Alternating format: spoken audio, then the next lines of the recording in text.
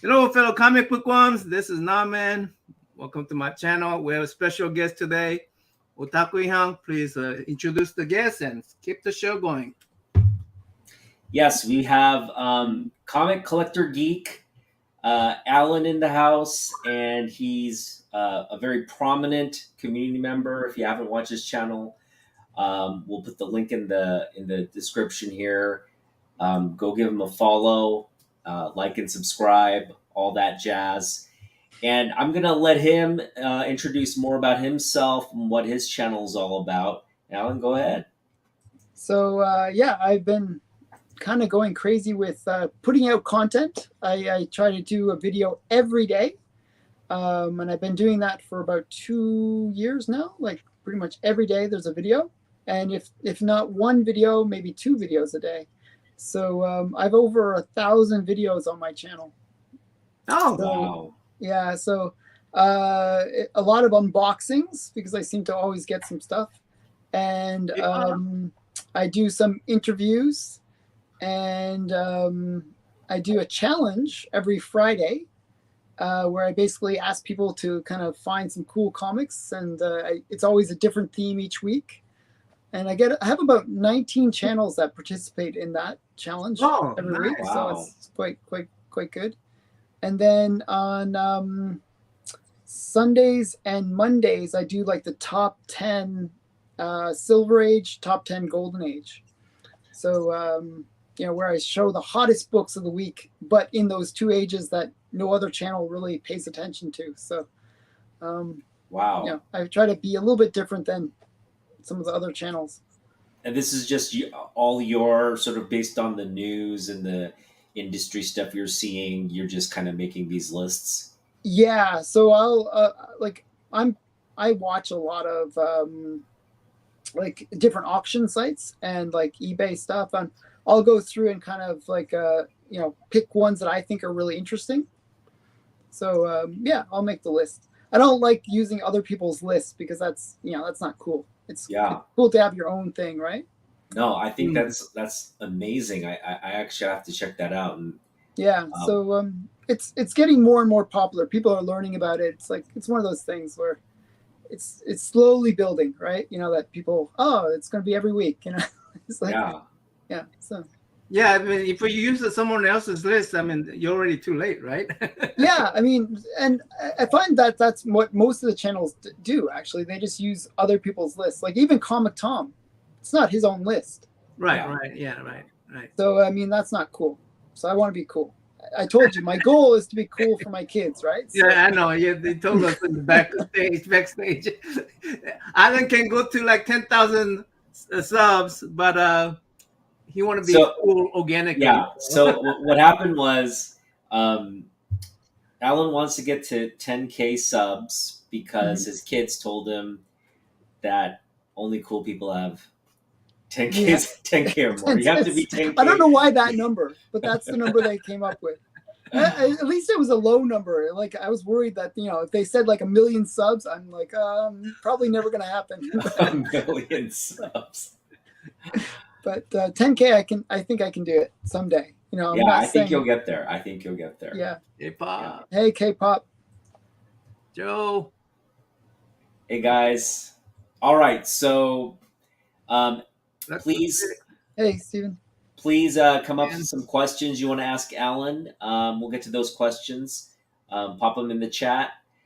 So let's start at the beginning. Take us back to, I guess your childhood. When did you first? How you were born out of the womb and all that? Yeah. So when I grew up, my parents, they actually wanted us to learn to read. Like the 3 kids. Like I have a brother and a sister, and their goal was to get us reading. So they gave us comics. But they didn't want to give us like superhero comics. They would give us like Disney comics, like Uncle Scrooge, Donald Duck. Maybe some Richie Rich mixed in there, so tame stuff that was tame. Pretty. So wait, your parents collected comics? No. Oh, they didn't. Okay. No, they didn't. So actually, it was funny. Like you could tell that they didn't collect them because the way they would present them to us, like usually at Christmas we'd get comics, like they'd put them in like my mom would wrap it up and like put it in like almost like in a tube, and then stuff it into the stocking. So all my kids' comics are no. like all bent and stuff. Actually, it turns out that one of them was like a multi-$1,000 comic that I got as a kid, and it's like all ripped. It's just like would be valuable if it wasn't for that. But yeah. That's what happens to when you give kids comic books. Yeah, so I didn't really learn about collecting comics at that time. It was more like I learned about coin collecting, actually. Oh. So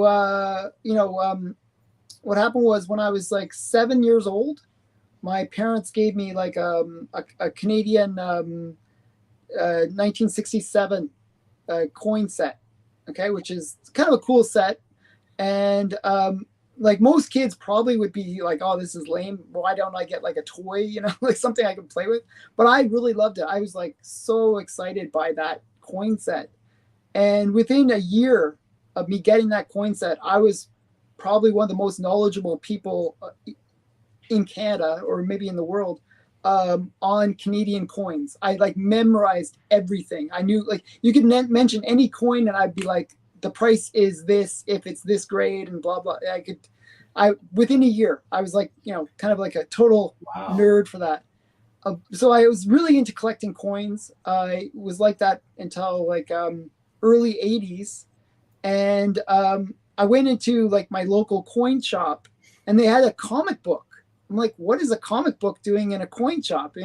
Those are just things that you read and toss away, right? I didn't really see them as a collectible thing. But when I saw that comic, it was very different from the Disney ones that I got. It was a Howard the Duck #1. Oh, I was like, oh, it's cool. It's got Spider-Man. I like Spider-Man. I remember I love the cartoons, and it also had this duck looking like Conan the Barbarian. I thought, wow, this is really, really cool. And I had some sexy girl on it. I like that too. Yeah, is that the one with the Red Sonja lookalike? Red Sonja lookalike. So all those elements was just like my brain was just went boom, like it was, and it was like really expensive.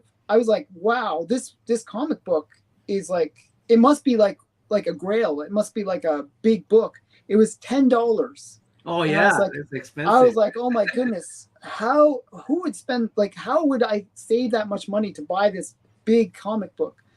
And so I saved the money, like my allowances and stuff, and I saved. Wait, how old were you when you wanted to buy Howard the Duck? This was probably like I was 8 or 9 years old, maybe 8 like or 9, around okay. that, maybe 9. Yeah.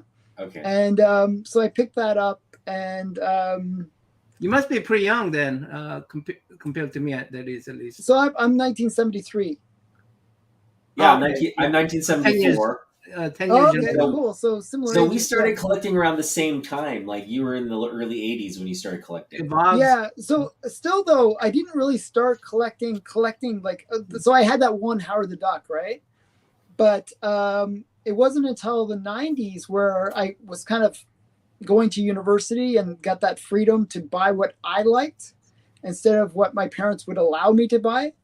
That I was like, oh. All these cool comics, Spawn came out, and all these like cool comics were there. Like the Bad Girls, I love the Bad Girls, like Lady Death, Vampirella, that whole genre was just, I was just like, wow, these are awesome. Like makes Howard the Duck look boring. I mean, these are great. It's like it was like so much stuff came out in the 90s, and I really kind of enjoyed the community at that time too, because in the 90s you probably experienced this too, where there was like comic shops literally opening up on every block. Everybody was opening up a comic shop.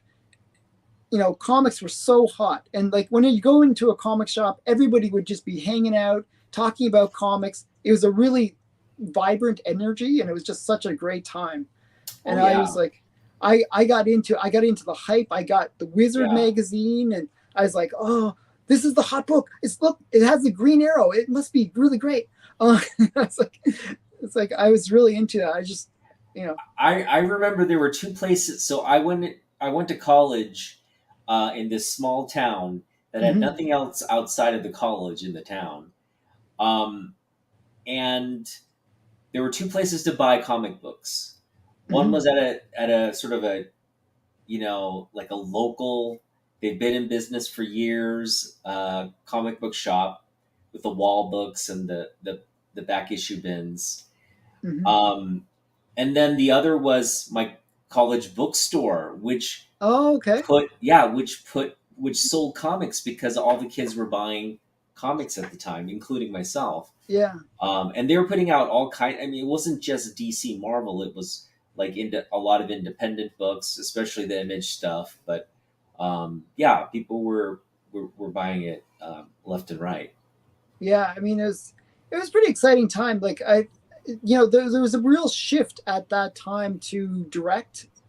Comics being direct instead of newsstand, and and the distribution had really shifted so that a lot of shops could open up, right? And I think my family's going to watch a movie in the basement. If you can hear that, I'm not sure. My wife's yelling up to me. So there was that real shift though to all these kind of people that really didn't know the business, and I thought that in a weird way it was interesting because you get there was a whole bunch of shops that opened up, and they were selling stuff in a very different way than maybe they had in the past. Like they would have that comic wall, and like pretty much any book that they figured was hot that week would go up on the wall instantly. Yeah, That drove me nuts though, because like I remember when Spawn 1 came out, it was a $10 book day one. yeah. No I was way. like, What? it was like, so I still have my copy and it has like a $10 price tag on it.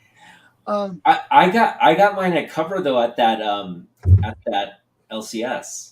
Oh, you're so lucky because Yeah, but the funny thing is the week later, the next week after that, it was a $25 book. yeah. I mean, it was a hot book. Yeah.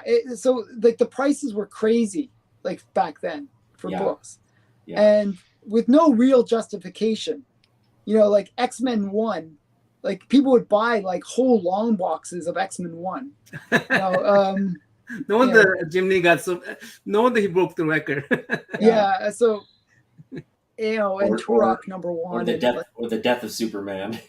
Yeah. So I always like to collect things that were a little bit like different than whatever everyone else was collecting. I got really into Malibu comics. Oh wow! Okay. So I was really into Malibu. I thought that was the next big thing is going to be, and it was big. Malibu was big. It was actually rivaling Marvel at one point. It was, but they basically got bought out and then put out of business. It was like, but I thought they were going to be big. I had every single Malibu comic ever existed. Like everything that they produced. Wow. Like Supreme, Prime, Manta, like all this stuff. Wow. And so I collected that, and then I also collected. I got really into the Bad Girls, so I had like all the early Evil Ernies and Lady Death. Lady Death. She's And- Yeah, so I had all of that, and then I really got into Vampirella. Vampirella was my favorite, and I was like, well, I want to get her first appearance. So they said, wow! that's. Yeah. They said that's in a magazine. I'm like, a magazine? Who collects magazines? Magazines are junk. So, but I got into the magazines. So I started collecting Warren Publishing magazines. Oh. And then I'm like, I got to get all of them. I'm one of those people that wants to get the whole collection. I don't want to just get like a few.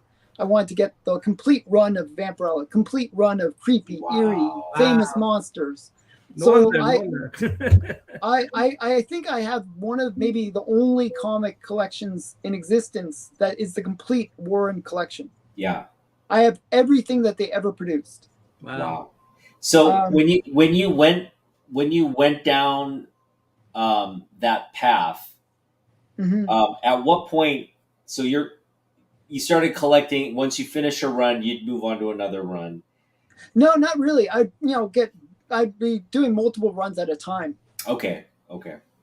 So Yeah, I mean, the Warren run was quite difficult. What point did you say, okay, I'm gonna try to collect everything? At what point did you decide that you were gonna try to collect everything of a certain age? So in a weird way, I'm a very competitive person. I have that kind of weird competitive personality. So what happened was I collected Vampirella, got into really trying to get all the issues. It was quite hard even back then to get all the issues. But then I met somebody, like they were saying, oh, we know somebody else that collects Warren magazines. And there was this guy that collected Famous Monsters. And he had a pretty good run of Famous Monsters. And he was like, oh, nobody can get a complete collection of Famous Monsters. And so I'm like, oh, I can. So I just had that sort of competitive thing. So I and I thought they were cool too. So, and then I was like, okay, I'm not only going to get that, I'm going to get the other ones as well. And I got really into it. I'm weird that way. I just okay. So very competitive. So right now, most collectors don't pick up books the way you do. So can you share with the comic book community how you approach, if there's a book on your radar, where do you go? What sites or what auction houses, where are you going to pick up your books? So the first thing for me is to I always create my want list. And most people's want lists get shorter over time. Mine gets longer. It doesn't actually get shorter. And what I do is I kind of think about which books are kind of like the really ones I want to get, like the focal books. And then what I'll do is for example, my comic shop, eBay, Heritage Auctions, Comic Link, Comic Connect. Wow, so you're just going everywhere. And yeah, what I'll do is actually create alerts on all of those places. Wow. And then also, because I'm doing the channel now, I'm telling people, hey, I'm looking for these books. And people actually approach me, or I actually have a few of my viewers that are like, oh, we found this book for you. Or, oh, wow, I'm like, I can't afford all this, by the way. But it's like I keep on getting cool things. So, yeah, I mean, that's the dream. Yeah. So what ends up happening is I work longer and longer hours just to pay for all this stuff. So okay. All right. Well, we've got a very lively chat. Now, Young, you want to do a question before we move on? Oh, yeah. You're from Canada? Yeah, I'm from Canada. I'm sorry, man. We don't do Canadians here. Canada's okay. It's not that bad. It's not that bad. No, I'm just kidding. They're the other Americans. Yeah. I think he means Americans are other Canadians. Yeah. I always thought Canada was kind of superior because we're on top and you guys are with us. But yeah. We Americans, we like to be on the bottom. Let you do all the work. Yeah. So yeah, the U.S. kind of carries us. Actually, is the way it works. Where are you in Canada? I'm in Ottawa now. Okay. I used to be in Toronto, but now I moved to Ottawa. Okay, cool. Ottawa's the capital, and it's kind of like it's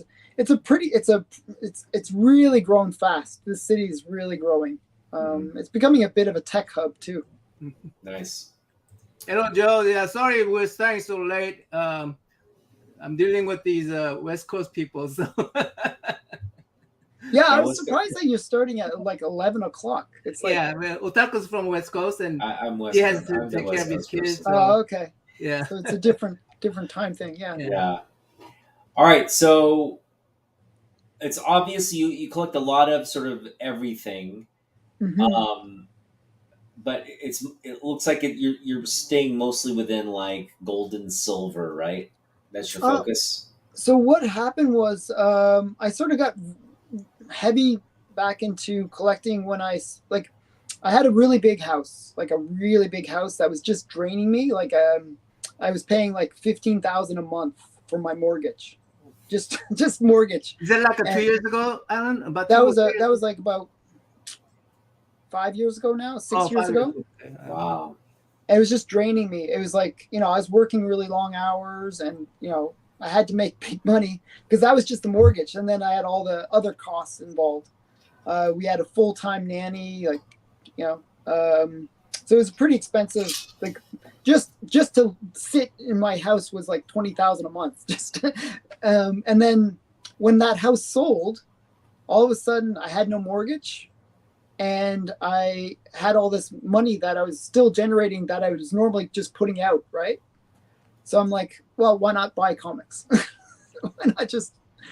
And then I kind of went a little crazy with buying comics. I think you're still going crazy. I still am. I'm trying to find my sanity, but it's not quite working.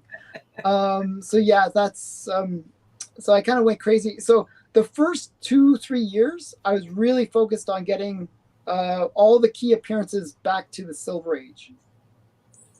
So I got like all the major, modern, all the major bronze, copper, and then even silver. So like that's where you get the X-Men ones and the Tales of Suspense 39s and Journey into Mystery and all those things. So you essentially have all the grails. Yeah. Up till the Silver Age. And then I was like, well, the next frontier is golden, right? So do you have are you wanting high grade copies? What's your No. So that's kind of been my approach all along, that if I wanted one high grade copy, probably that would have been just the one book I would have at the end of the day. So I did a couple tricks. So I actually should almost pull one down. For example, my Tales of Suspense, which is up there, I'm not sure if you can see it, but it's up there, is a 7.0, okay? Which is a high grade, actually. That's a high grade. Yeah, for the Silver Age, right? Yeah, but it is restored. And the restoration is so lame. It's like somebody trimmed like one little corner, like just a little bit. So it's got a little bit of a little bit of indent where you can tell somebody trimmed that one little corner. Yeah. It's restored. It's a fraction of the value as a result. So I picked that up for cheap. And so I would buy like books that are either low grade or restored. You buy restored. Okay, cool. Yeah, so I would buy books based on wanting the book, not necessarily worrying about the grade. I want them to look nice. If they're higher grade, then I'm happy. But I'm not too concerned. I just want to have that cool book. I always want to have first Iron Man, first whatever. There's got to be a market though for high grade restored like silver golden age keys. Like we're talking about like 9/8, but they're restored. So there was what happened was, if you look at the books in the 90s, what they did was, like, let's say you had a Batman, right? Or Batman 1, or like a Detective 27, or Action Comics, or Superman 1, of those big grail books, right? What you would do is, let's say even if it was like a 6, which is a high grade, you'd be like, well, I want to make it as beautiful as possible. You would send it off to a professional restorer. And they would do color touch. They would do all the stuff that we would be like, oh, no, don't do that. They would do that. They would do it full on and get it up to that 9/8 level. And that was normal. That was considered the thing to do back in the 90s. When CGC came into the whole space, that mentality changed. And all of a sudden, restoration was like the worst thing possible. But back in the day, it was very different. So obviously for a book, I disagree with that. I think if there's a certain degree of degradation, like you would never want to do like a mid-grade restoration on like a mid-grade book, right? There's just no reason to do it. But if a book is like to the point of where, this thing is not going to survive another couple of years. Yeah, I know. Because it's just falling apart. I'm all for saving that book and allowing it to be enjoyed.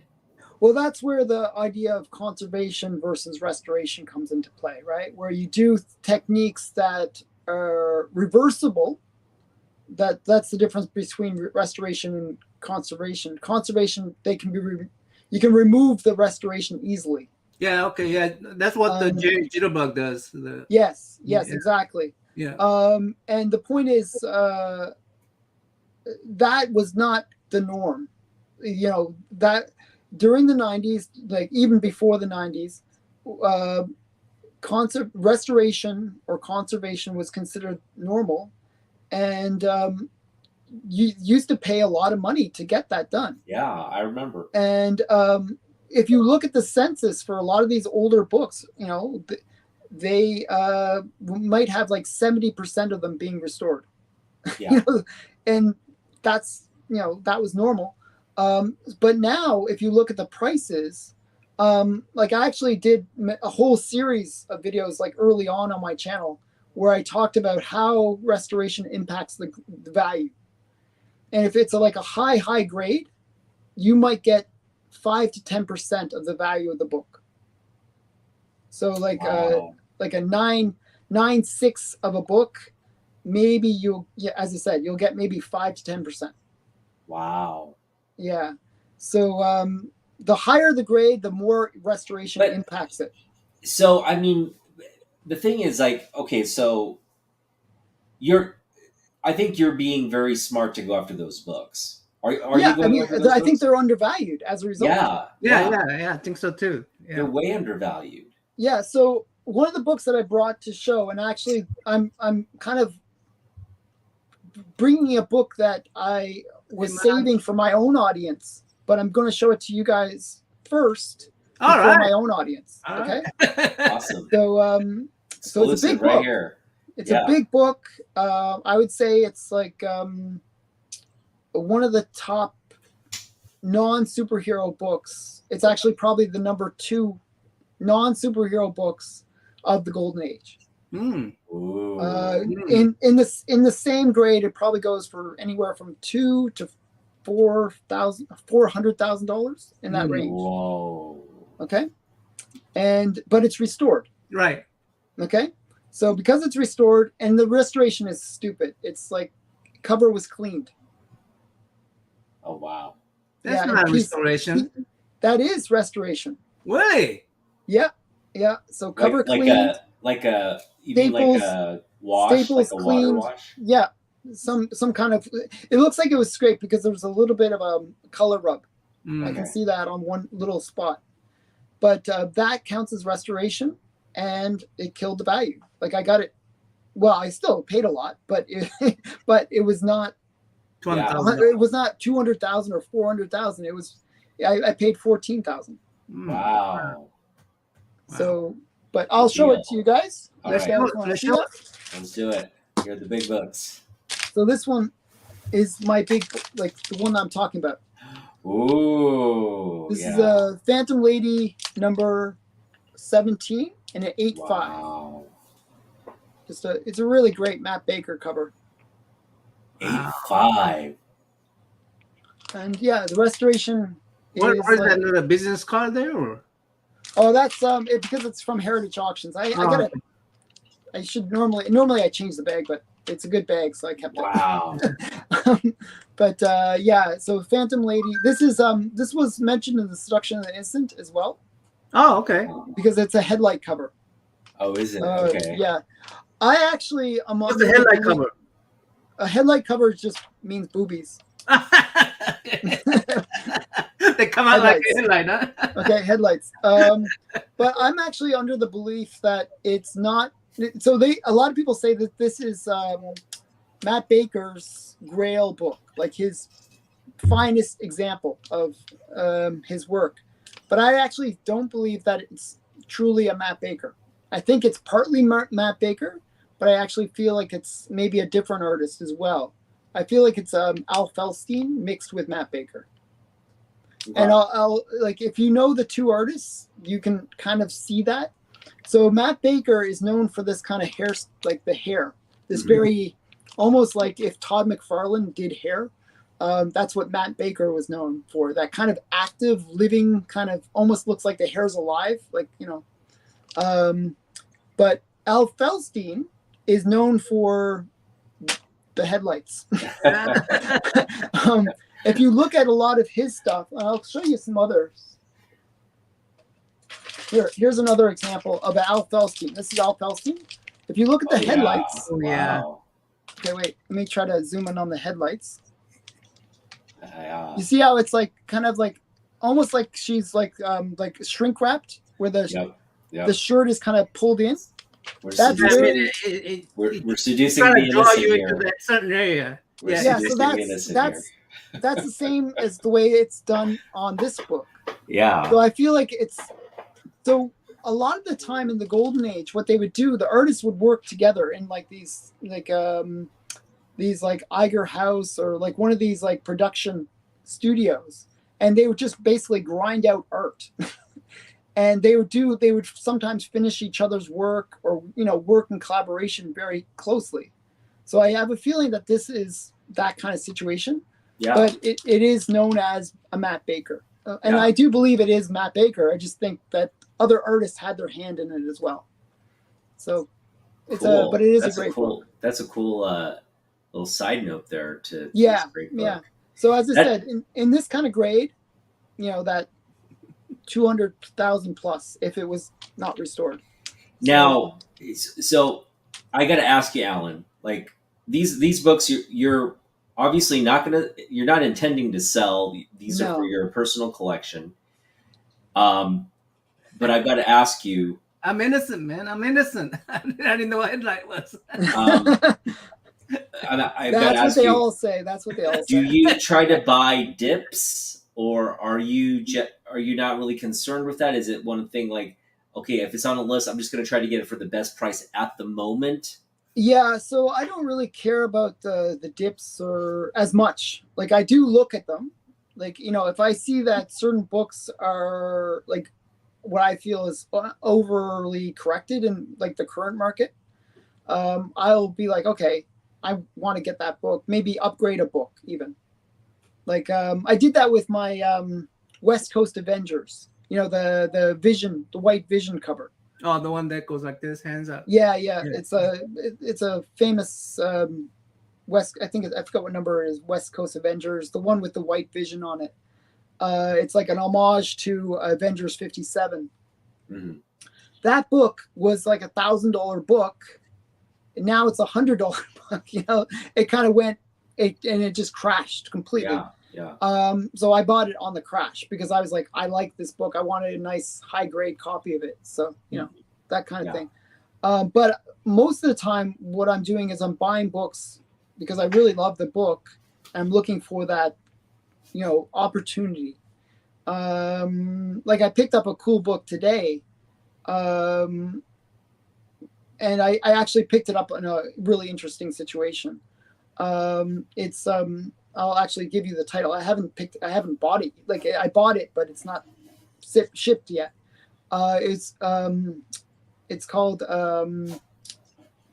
Earthman on Venus. It's a great sci-fi plus good girl art cover. Okay. And it's on my want list. It was a book that I really wanted. It was up on Heritage Auctions. Okay. And it was like a raw copy, a 3.0. What they said is a 3.0. And I put a bid $400. It sold for $600. Okay. I thought 400 was a fair price. Actually, I thought it was a little bit high. I thought maybe I was kind of overbidding, but I wanted to get the book. So it sold for 600. Now the cool thing was somebody on eBay had it for 750. Okay. And they had it in a 5.5 graded copy. So much higher grade, much better presenting book, and also graded. I kind of negotiated quickly with them before that the sales history got updated, and I picked it up for 600. Wow. So yeah, so I move fast when I feel like I better get this book. So eBay is kind of like where you snipe things when you come to a decision on a book. Yeah, And sometimes. and what's informing your decisions on these books? So I'll look at this like GPA analysis or Go Collect, and I'll see what the past sales history is. That was a book that I saw actually come up a few times at both Instagram claim sales, and I've seen it like a few times. Like, you know, people kind of, whenever it comes up, people really jump on it. And sometimes on a claim sale, like I'm the kind of guy that's always trying to undercut. You know, I'm trying to get the cheapest price. And go ahead. Yeah, and because of that, sometimes I miss out. So what'll happen is I throw it a bid saying, oh, you know, will you accept this offer? And then somebody will say, oh, I'll come in at full price. I'm like, oh, okay, I guess that's not happening. I do that all the time. Yeah, that happened to me so many times with that particular book, actually. So all right, we got a question here from Southern Comic Geek. Okay. Has Golden Age really seen the dips that the other ages have? So here's the truth about the Golden Age. There is a dip that's happening right now. And it's a very selective dip because in a way what I've seen is a lot of money is flowing from the other ages into the Golden Age. Okay? But what's happening is generally, and this is the same thing that happened during the COVID bump, right? Where you get like the spikes. The money that goes in is very ill-informed. It just doesn't understand what they're buying. So they overhype certain books that might not be worth overhyping.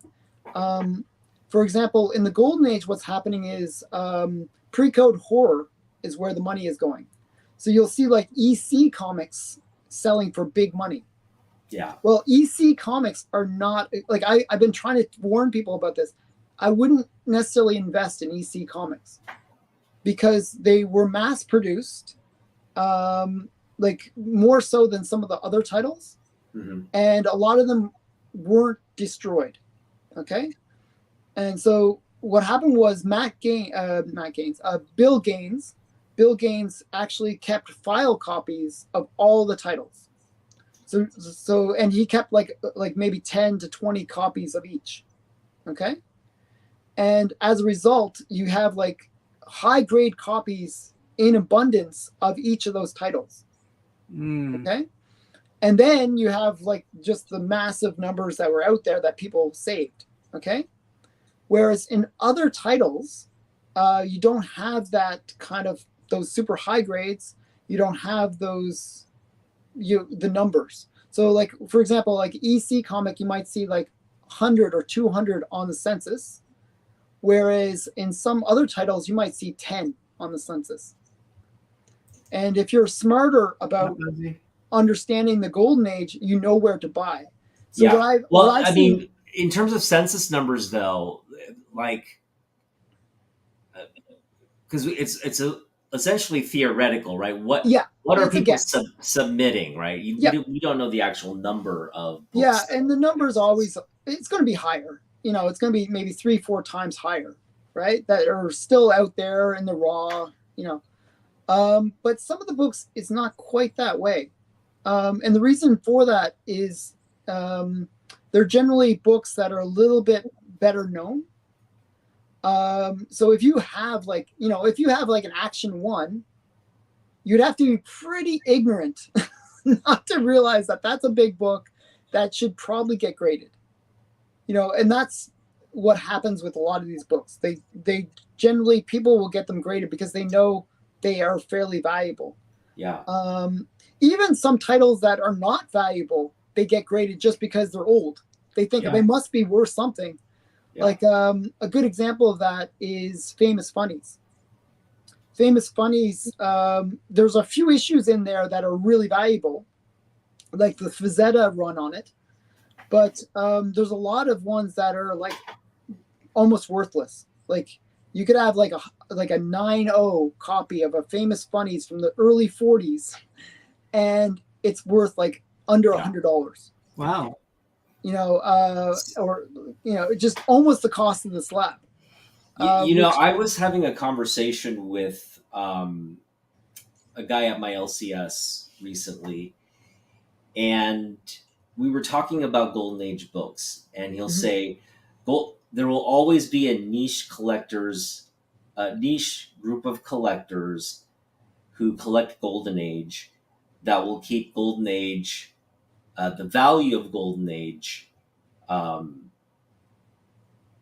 relevant, right? It doesn't matter. It doesn't matter. It could be 100 years from now, right?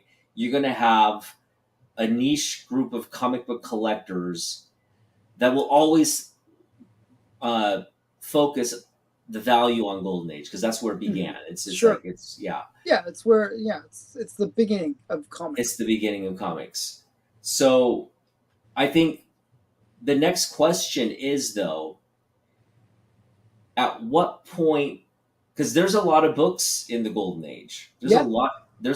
It's actually a bigger archive. age than most people realize. It's a lot more production. Right. It's a lot of it's archived. A lot of it's there. In terms of the value in the future, though, what remains culturally relevant to future generations is sort of like unknown, right? Yep. Well, it's just like Western comics, like Westerns, like, gunslingers and all that, pretty much worthless because nobody's into Westerns anymore. Right. That's the same exact thing could happen with superheroes. Right now they're talking about people getting superhero burnout, right? There's just been too much being thrown at in the movies and so forth. And for the most part, there's too much junk mixed in that just scare people away from those movies as well. And that can cause burnout where people just say, okay, no more superhero movies. I'm just, create some action movies. I remember times when Western movie was so popular. I mean, we had just Western movies after Western movies. Western movies. Then I'm sure that will happen to superhero movies as well. I mean, and it'll be a phase. Now, I mean, there is some longevity to superheroes because if you think about it, superheroes they did have a leg, actually. There was a point where superheroes were not cool. If you look at superheroes, you're looking from the late 30s till now, but there was a leg, there was a point where during like the late 40s where superheroes were not popular. Nobody liked superheroes. At that time, it really switched to good girl, pre-code horror, romance. Those were popular. And it really didn't pick up again until DC kind of brought it back with Showcase and The Flash. Yeah. And, bringing back those superhero characters and making them cool again. So there was a period where even superheroes went through that kind of, no more superheroes. It can happen to anything. Yeah. However, the way I look at the Golden Age, and this is kind of the way, experiencing all the like ups and downs of the whole market, like especially if you lived through the 90s, the ups and downs of the market, right? You will see that one thing that holds kind of true is rarity, scarcity. Right. And if you look at the Golden Age, the books that survived, as I said, even when I was complaining about EC, I was saying, there's like 200 on the census. That's not really that many. Okay. And any like just a group of people can make those books spike. Right. Just a small group of people. Right. Just make a YouTube channel and yeah, exactly. And especially with me babbling about it all the time, it's like, I feel like EC horror. Everybody was going after it, and it's subsided. I love EC horror myself. Yeah. Like I actually go after EC horror. Yeah. But stop going after EC horror just until I get my collection complete, and then you can go for it. Okay. So the comic ask any leads on Mystic Comic 6 would be appreciated, Alan. Okay. Any leads on a Mystic Comic 6? Ooh. Okay, I'd have to think of like that's a hard one to find. Okay, so like there's certain books that are like just hard to find. like just, Yeah. um, So I just trying to think recently where to picked. get that. I just recently. I'm getting my second Golden Age book. Mhm. It sounds weird to say in front of you. I'm getting my second Golden Age book um, on Wednesday, and actually I can't reveal what it is though Oh, okay. because I'm saving it for the channel. I was gonna see. I like books. Well, we'll talk about this. We'll talk about this after I get the book. So hopefully, Okay. like I can. I'll chat. I'll chime at Yeah, you. just What reach out what your to thoughts me and are. I'll give you my thoughts on it. Okay. Well, let's get to more books. You haven't even shown off the books. Yeah, I didn't show that much. Okay, so let me show some books. I actually brought. Okay, so you said top 5 books. So I brought like 5 books just to give you a flavor of my collection. So I Sure. showed you the Phantom Lady. That was one. And I'm going to show you these 5 books, and then I'll show you a bunch of other stuff. Okay, so I'm going to show 5 random books. So the first one, and this will give you a sense of my eclectic kind of collecting habits. And this is one that whenever people see me show this book, they're like always making fun of me. So this is like this is my shame book. This is the book that I love as a Guilty pleasure book. guilty pleasure. Okay. And it's Zombie Tramp. I love Zombie yeah, Tramp.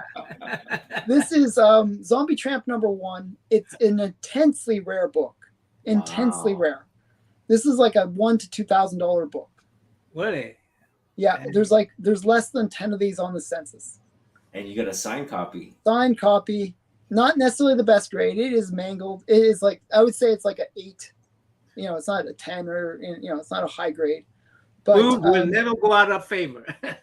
but it's a booby book, and I like it. I like boobs. I like boobs.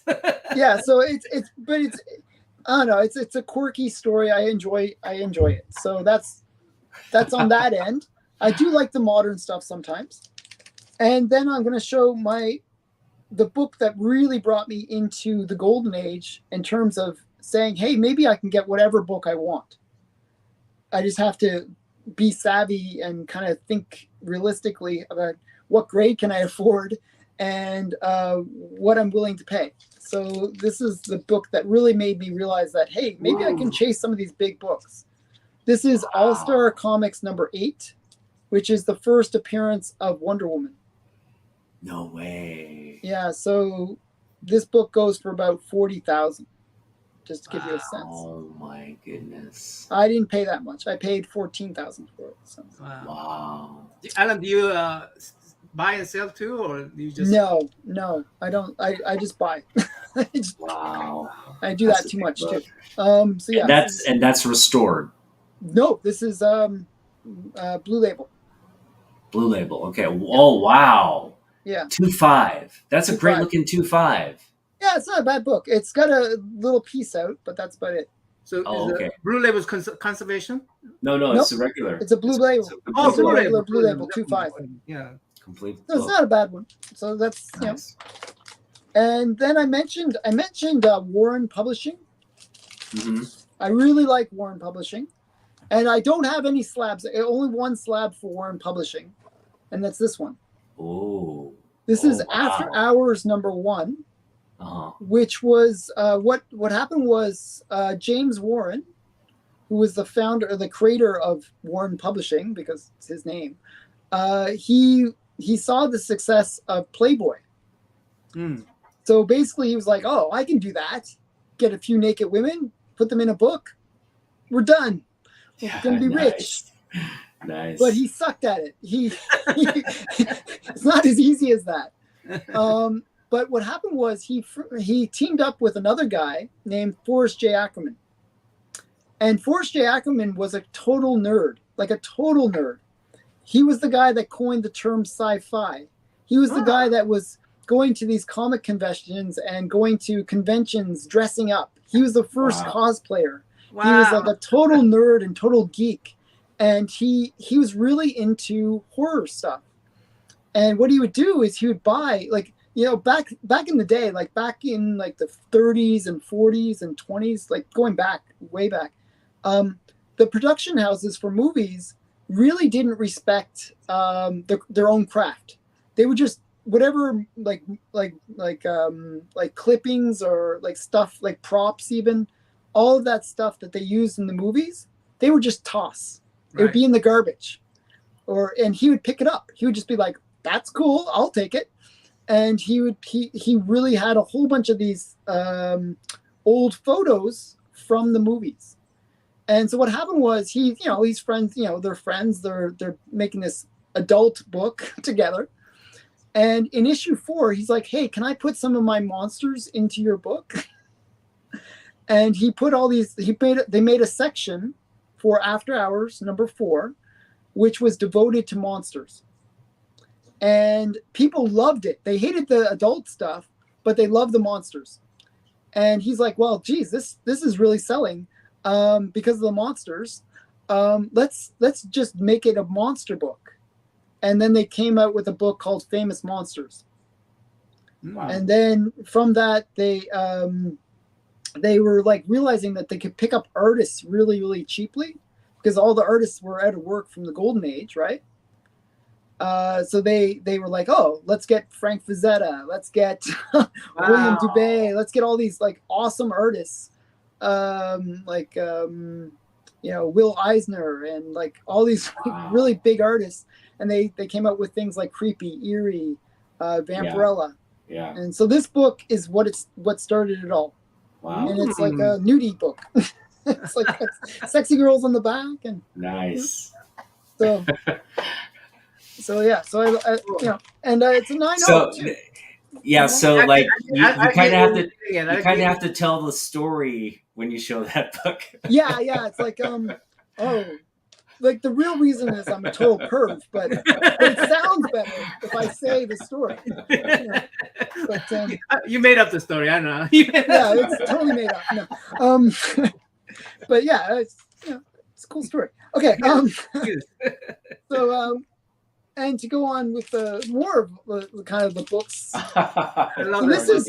This is a really famous one, actually. This is probably considered one of the grails of the Archie run. Yeah. This is Bob Montana. It's another kind of like sweater headlight cover. When people think of good girl art, this is the book that most readily comes to mind. And it's also an innuendo cover. Yeah. So just so many things going for this book. This is Archie number 50, just a classic book. Great book. And I think this kind of represents my collection very well. Mm-hmm. So I love this book. So I'm actually going to change my display behind me to all good girl. I'm going to switch it all out. I feel like every so often I have to switch it out. Yeah. But so I want to show a few of but I actually do like superheroes. I'm not like totally into that stuff. So I figured I'd bring my little X-Men one. Wow, nice. So this book represents me in so many ways. It's kind of funny because the reason I say it represents me is it's a 0.5. And it's not a 0.5 because it's incomplete. It's actually a complete copy. It is just ugly. Yeah, it is an ugly book. But you know what? It looks like a 0.5, Yeah. It's awesome. It's awesome in its own way. Yeah. It's sort of growing on me more and more, actually. Probably because it's moldy. I don't know. But it's a great book. It's one that if you collected during the 90s, X-Men was huge. Uh-huh. And just to have like an X-Men one, wow, it's like a childhood dream. Of course. And so that's a grail. Are you tempted to conserve that book? So actually, this book, I actually think if it was cleaned up, I think it could be cleaned, and I think it could get a point, like a 1.0. I really think they undergraded it. Yeah. But you never know. Try it. But I'm not the kind of guy that cracks and presses. Yeah. I'm happy with it being what it is. Send it to Jerry. Yeah. Well, those are the 5 that I picked. Wow, those are. I think. But I have a whole bunch more.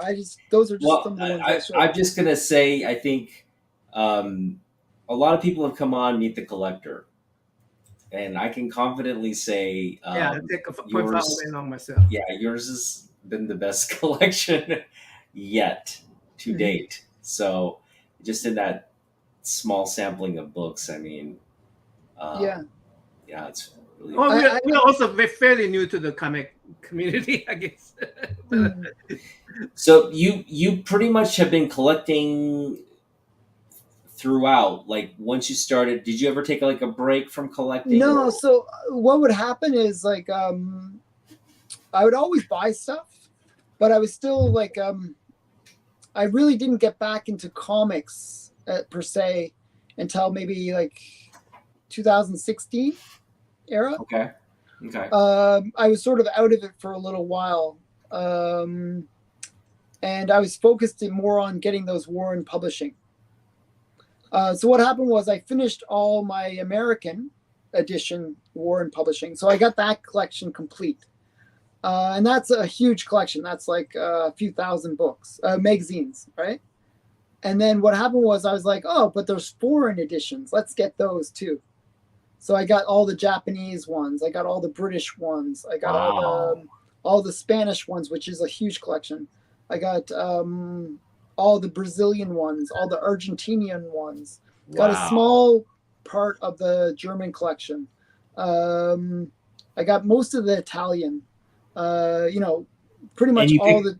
Did you pick these up in like somebody's like whole collection or individual? No, it was like just searching. So this was, this was early eBay days. This is like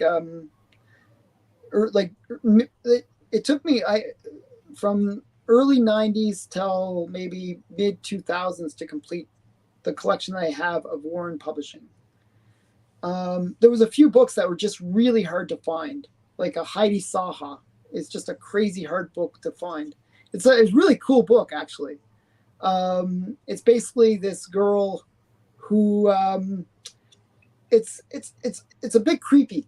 It's a bit creepy. So what happened was there was I mentioned that Forrest J. Ackerman and James Warren would go to the Comic Cons, right? The conventions and stuff. And there was this one young girl, like maybe 12 to 14, and she would wear the skimpiest costumes ever. Okay, she's a very underage girl wearing very skimpy clothing. Okay, and James Warren and Forrest Ackerman were friends of her parents. Okay, and so they decided, hey, well, she's such a keen,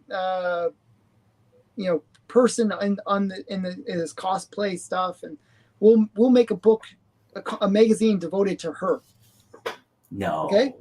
And so they did, and it's like it's like a book devoted to this young girl, like she was 14 at the time, and wearing skimpy clothing. Wow. And they didn't distribute it, so it wasn't like you could pick it up at the the newsstand or something like that. But they distributed it through their own channel, which was like you could order it, you could send out. Okay, so they figure maybe only 500 copies were printed, and maybe only a few hundred survived. Wow.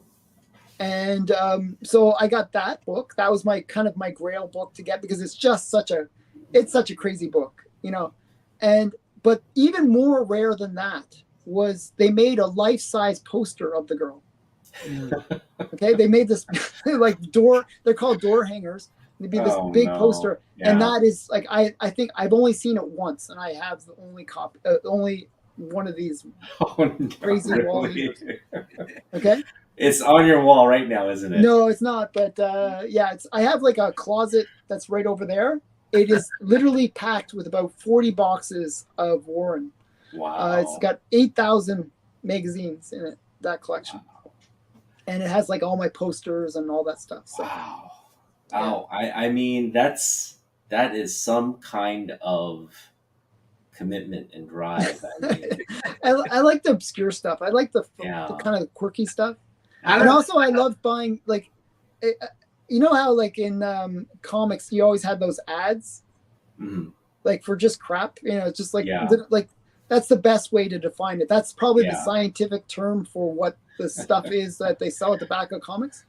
Well, Warren Publishing had this sub company called the Captain Company, okay, and basically it was where they had their own junk. It was like just sheer junk, like Dracula dirt pendants, real soil from Transylvania with in a solid gold like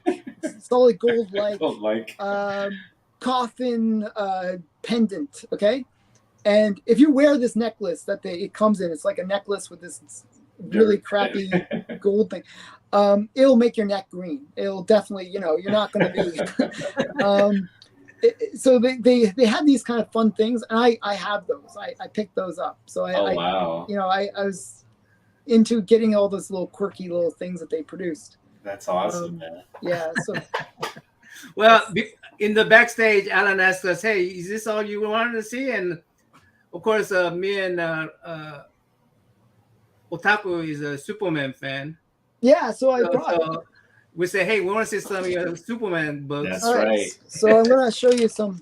So it's a little more. I mean, it's a little more trendy books. Not the. So yeah, not the. So I'm babbling about Warren, but maybe like one person in your whole audience will ever appreciate what I say about Warren. But I really did love Warren. I really got into that. I'm going to show you some Superman comics because you guys requested it. Okay, yes. So this is for you guys. So the first one is this one. This is Action Comics number 40 or 50. No, 42. Yeah, 42. Wow. This is the first appearance of Vigilante. Nice. So Vigilante, like a lot of people, when they think of Vigilante, they think of Peacemaker, right? Like the more recent version of Vigilante. But there was an older Golden Age Vigilante. He was kind of like, he looked like a gunslinger. If you watch the cartoons for some of the DC cartoons, they have like Vigilante. He's like a gunslinger. He's like very good at shooting a gun. Is it like gunslinger like in a Dark Tower series of Stephen King gunslinger? No, not that kind of guy. He's just like a guy that's good with a gun. And that's his superpower. He's just really good at shooting. Okay, so this is his first appearance. He's a cool character. Cool character. Yeah. Okay, and this is not Golden Age, but it was mixed in. We got first Brainiac. Oh, nice. Nice. So Brainiac's a cool character. I always liked the idea of Brainiac because you got Superman being like just super strong and like the brawn, and Brainiac is the brain, right? Which is stronger, muscle or brain. So also, I mean, Brainiac. I mean, the Ultron is a sort of copy of Brainiac, right? Maybe a little bit. That's a Grail. That's definitely a Grail book. But I feel like that book, though, is still undervalued for what it represents. Any DC book is undervalued in my opinion. Yeah. Yeah. I mean, the prices for a lot of the DC books are just criminal. Like if you look at the census, usually like a Marvel book will have like kind of comparative books. Marvel books will have maybe 10 times or 4 times as many copies on the census. And the characters are equivalent, like Darkseid versus Thanos. That kind of level. Where you basically say, well, why is this book so much more expensive than this DC book? And they usually there's so many less of the the DC book, and the price is like a fraction of this equivalent character in Marvel. Yeah. And pick them up now. Yeah, pick them up now. But that's changing. There's actually been a shift because of James Gunn. Yeah. So here's another interesting one. This is another Brainiac one. I have all my Brainiacs together. Oh, this is Brainiac 5, first appearance. But it's also the first appearance of Sunboy, Phantom Girl, and a triplicate girl. Oh Nice. yeah. So Okay. there's like a whole bunch of first appearances in this book. This is Action First appearance Comics. of a Legionnaires too, or is it a? No. It's just like a whole bunch of first appearances. Shrinking Violet and Bouncing Boy as well. Nice. I think the story is it Red Kryptonite that It's the makes first you go. appearance of, yeah, it's a red kryptonite makes you crazy. Yeah, and it gives you powers though, right? Yeah. So it's one of those situations where a whole bunch of people get affected by it and get weird powers, right? Yeah. So this is Action Comics 276. Wow. That was in what grade? That was a 5.0. Yeah. Wow. Then we got Action 267. This is just another Nice. early Silver Age, I should say, like 10 center. Nice. This is the third appearance of the Legion and first appearance of Chameleon Boy. Nice. Okay. And this is just like I didn't really organize it that well, so it's random, a little bit of randomness. Okay, so just go. I'll pick it up and just. I just grabbed like a bunch, so Yeah. it's a bit random. You'll see what I mean by random. This is New York World's Fair Comics Oh, nice. from 1939. Cool. Actually has a kind of a cool back to it. Yeah. I might actually use this for a challenge. Mm. So this is the very first appearance of the Sandman. Oh. But also, you mentioned Superman, and the reason I brought this book is it is a Superman book. If you look, one sec, let's see if I can get this right. One sec, here, that's Superman. Oh yeah. And he has blonde hair. So at the early Superman, they really couldn't figure out whether he should be blonde or dark haired. I So see. a lot of the early Superman. So this is like 1939. Wow. Soon after the original, Action Comics, I think Action Comics #1 is from August of 38 or somewhere around there, July maybe, somewhere around there, right? So this is not that much after that. So could you say that's the first Superman blonde?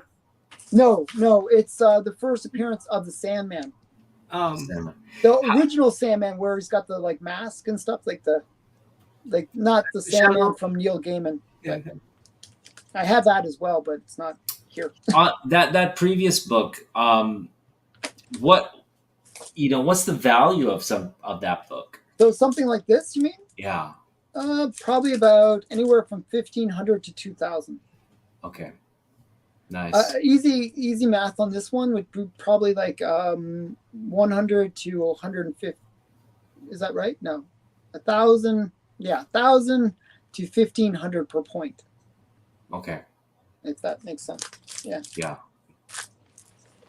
Okay. And then next one. This is kind of an interesting one. Superman-like, and you'll see what I mean. This is Boy Commandos 24. Wow. And this is a parody of Superman. Wow. And this is actually the very first parody comic. Hey. Wow. And they're making fun of Superman. Let's see that cover a little better. Nice. First parody of Superman or first parody period? First parody period. Oh. Wow. And it's a parody of Superman. Yeah. Okay. So I like these kind of first things. So it says first costume superhero satire cover. Nice. That's the official. Yeah. The official thing. And then I showed this one before to you guys. Nice, yeah. And this is the first appearance of Mixoplix. Oh, Right. what is Mitzelplick. Mixoplick, whatever. I always mess up it? his That name. was he'll disappear. Yeah. So, he's like this overpowered character. The other thing that's cool about this book is it's where Superman officially can fly. After this book, Superman could officially fly. There was an earlier comic where he did fly, but that was a mistake.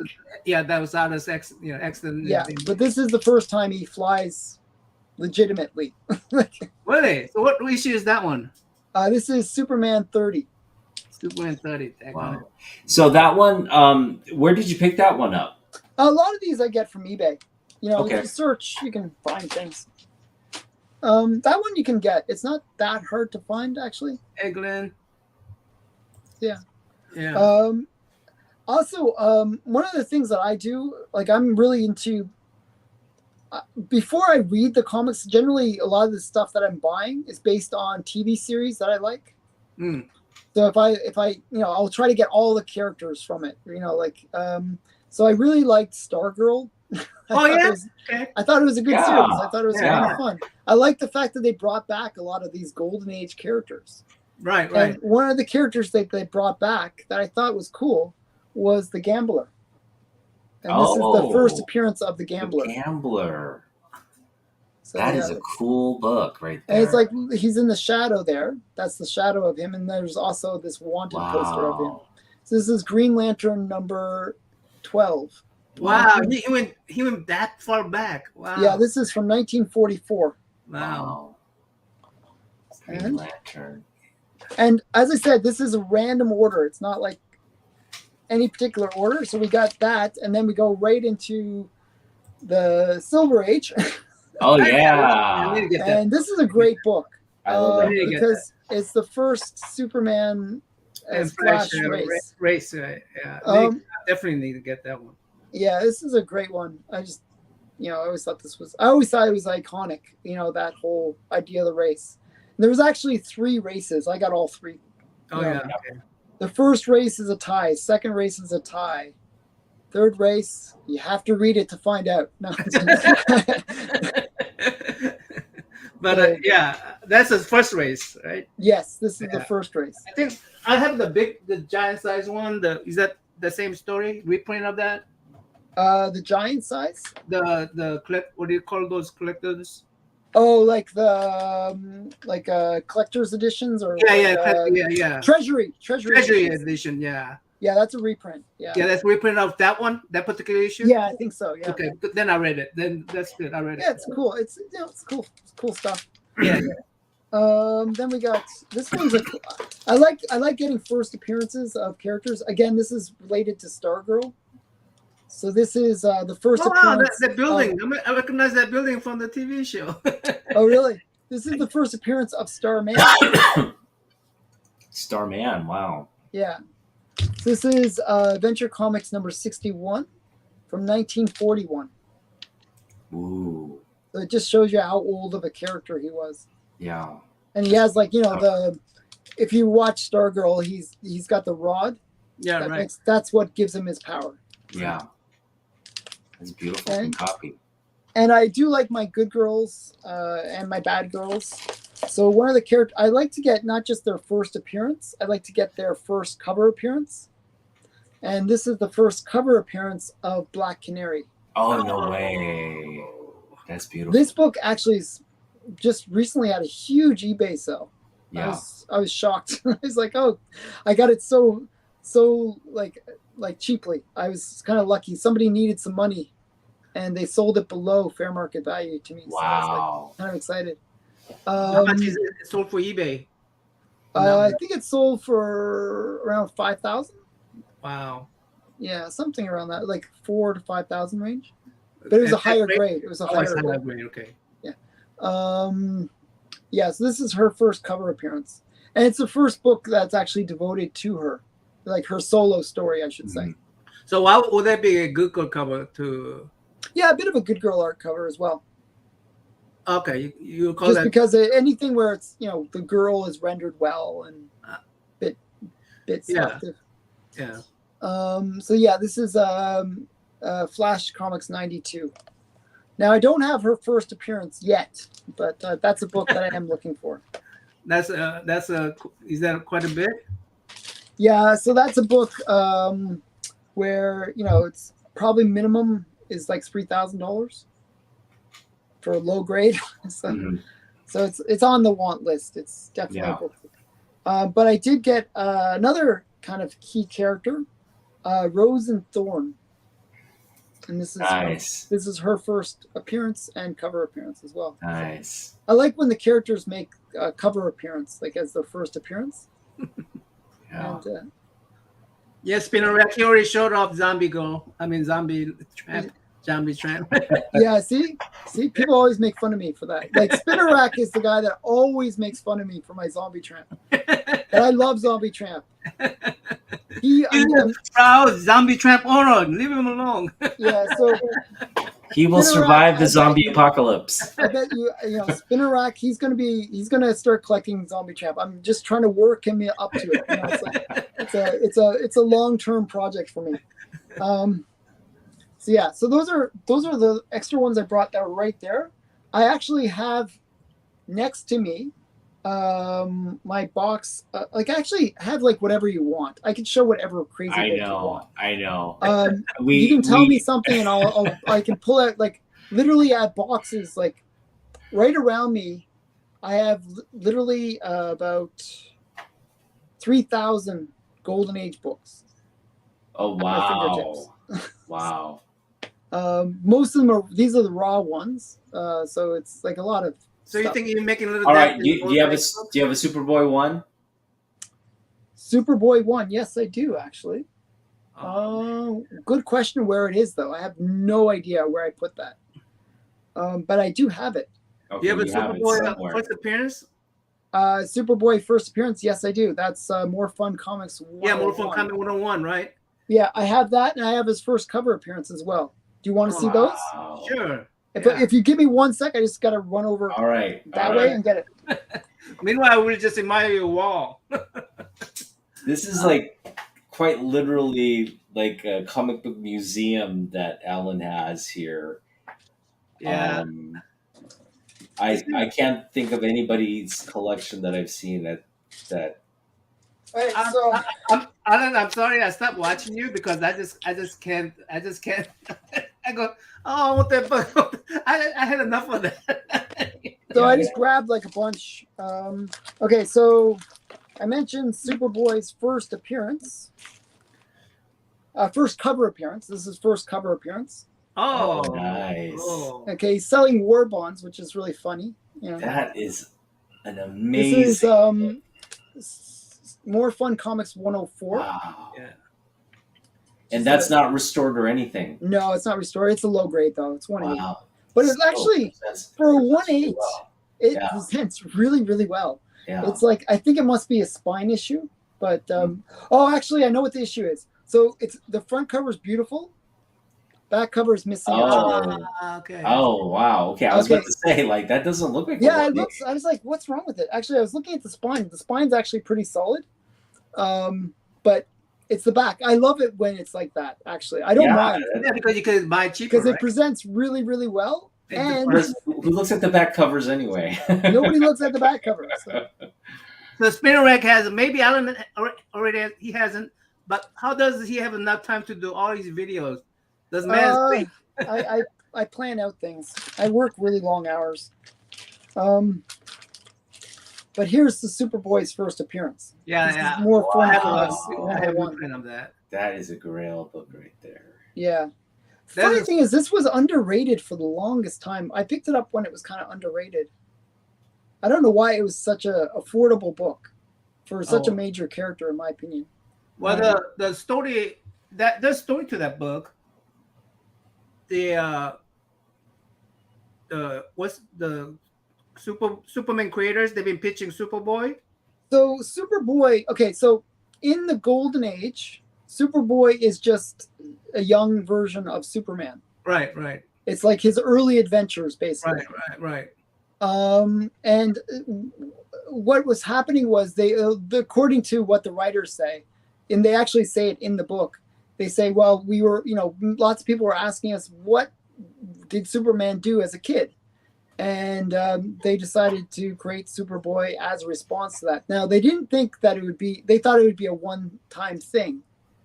But there was so much demand for those early adventures of Superman, that that they decided to create Superboy the series. Yeah. And then later on, he became his own character, where they kind of, said he's a clone.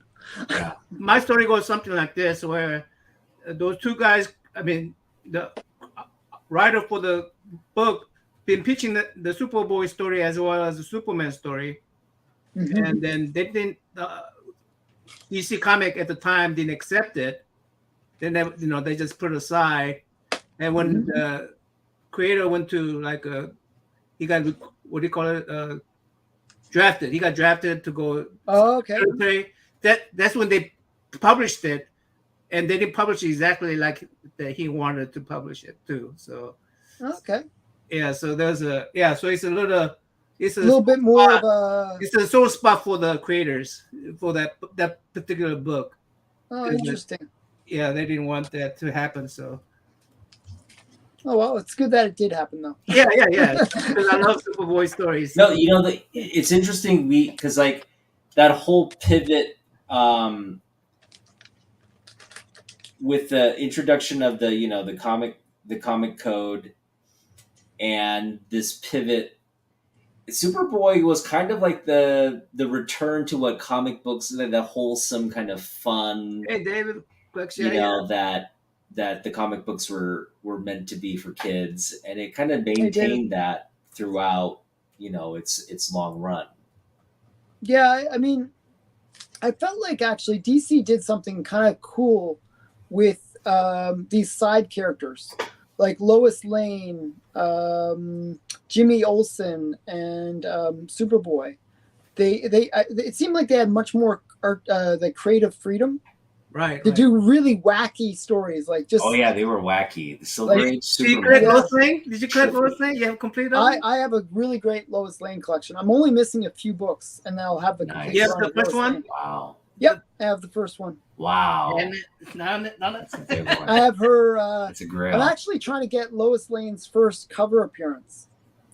Like her first appearance is out of my price range. That's Action 1. Yeah. That's first appearance. Right. Yeah. But I'm trying to get her cover appearance, which is a little bit more affordable. Actually, I'm kicking myself because this year I could have got her first cover appearance in a reasonably good grade. Is that Action Comic or is that Action Comic? It's Action Comics. I forgot what issue number it is. I think it's Action.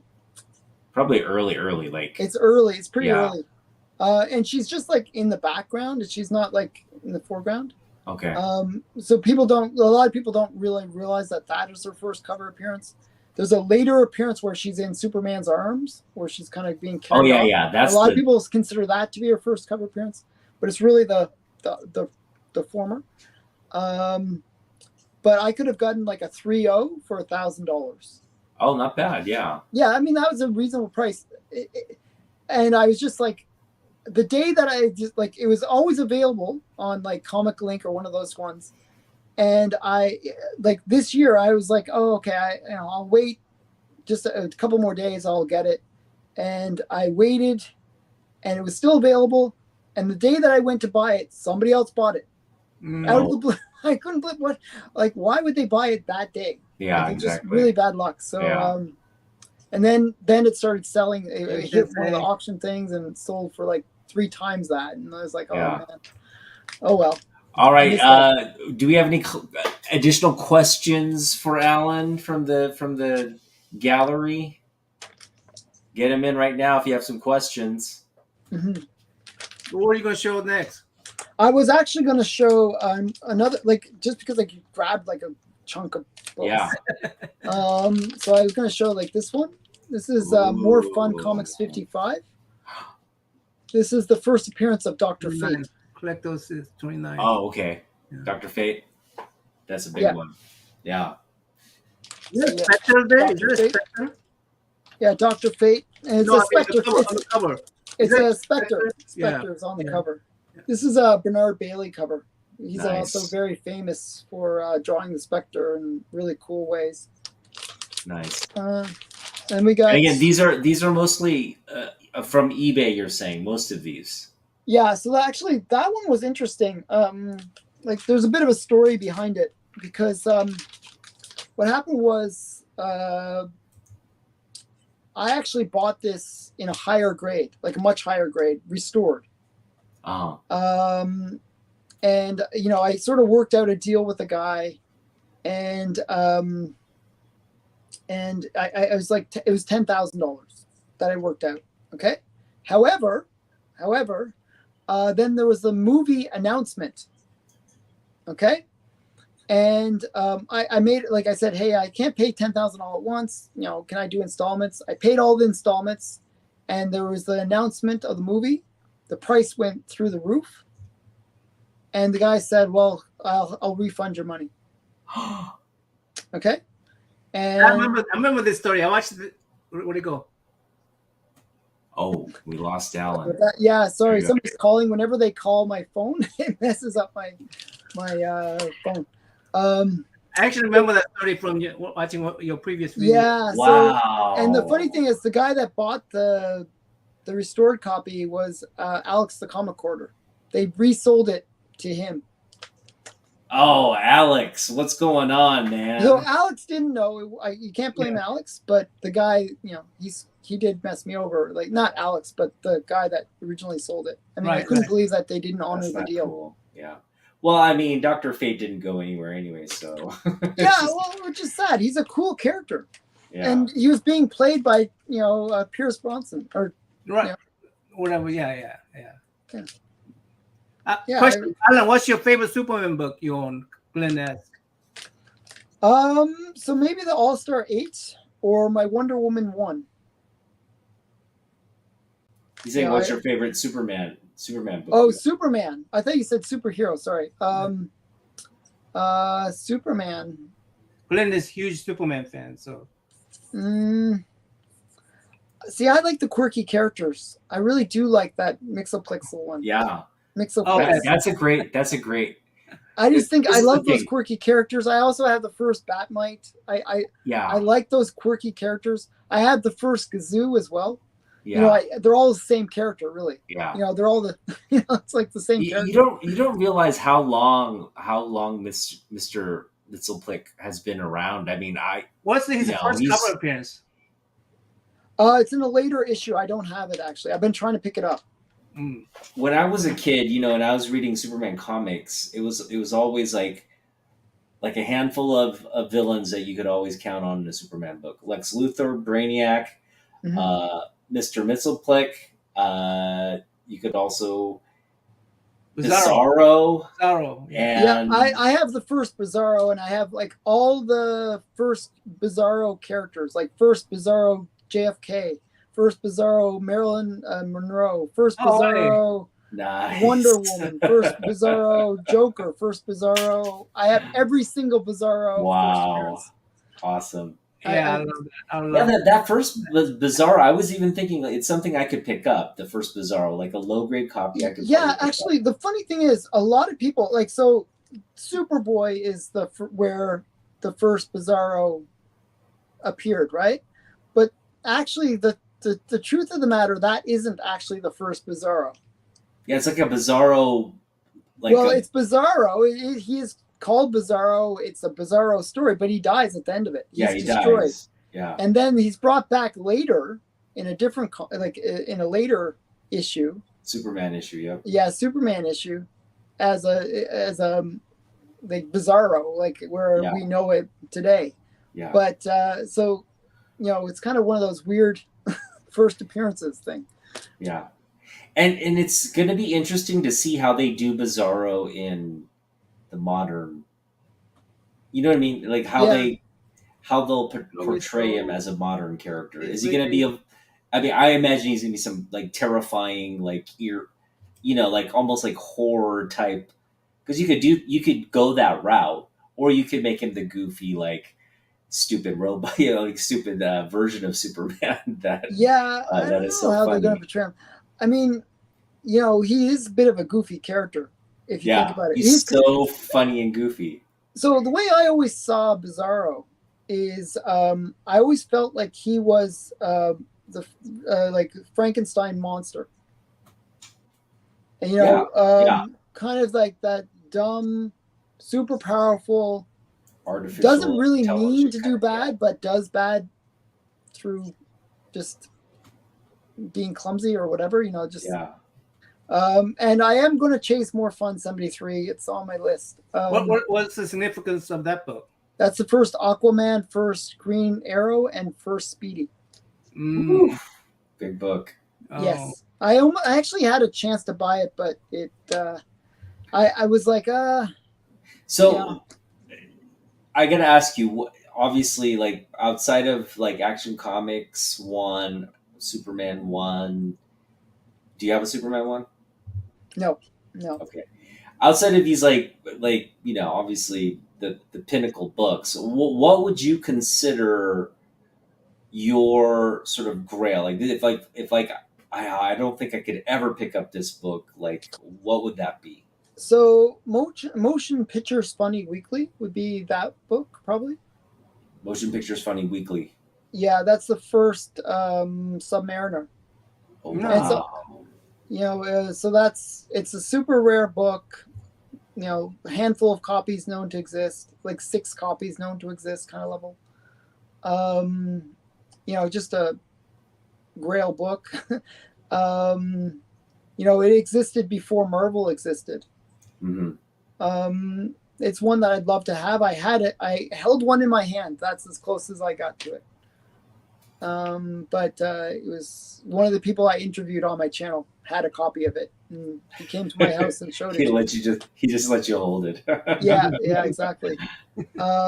And so that would be one I'd love to own. I'd love to own like there's so many like All-Star Comics #3. That'd be another book I'd love to own. There's some big books that I am chasing still. Yeah. Another one that I'd love to own would be Chamber of Chills 19. Oh yeah. That's the one with the wine glass. The wine glass, yeah. Oh, you don't have that? I thought you had that one. I don't have it. I bid on it a few times, and every time I lose. I just have the worst luck with that. That's one of those things when it comes to market. It's like like everybody's after it. So yeah. So I saw, for example, it was a really rough 0.5 grade one, like really rough, barely there. It sold for $3,000. Wow. And I kind of appraised it at being worth maybe 1,000. So to go 3x and it was raw, graded maybe 1,000. It was just just crazy. So yeah, I'm just waiting for the golden age to tank, and then I'll pick up all those books. What was your first book, Alan? My first book, I have no idea, because it would have been some Disney related. Oh yeah, okay. I have it. I actually probably own it still, because we didn't throw things out. We're not that kind of we're a bit of hoarders, I guess. My family, we kept everything, so it was and I still have those books. They're in like a little banker box. Yeah, but they're really beaten up. Yeah. So. Right. Would you if you look for those, you don't even think about upgrading those? Like upgrading them, or? Yeah. I mean, it won't be too hard, would it? So those ones would be really easy to upgrade. But what I went after instead of going for random weird issues of Disney, is I wanted more like Key. I really do like my Key books. So I got the first Richie Rich, the first Uncle Scrooge, the first Donald Duck. Actually, that's the first Donald Duck. Really? The first, those characters. I try to collect all those things. That's awesome. Do you have any Phantom Lady?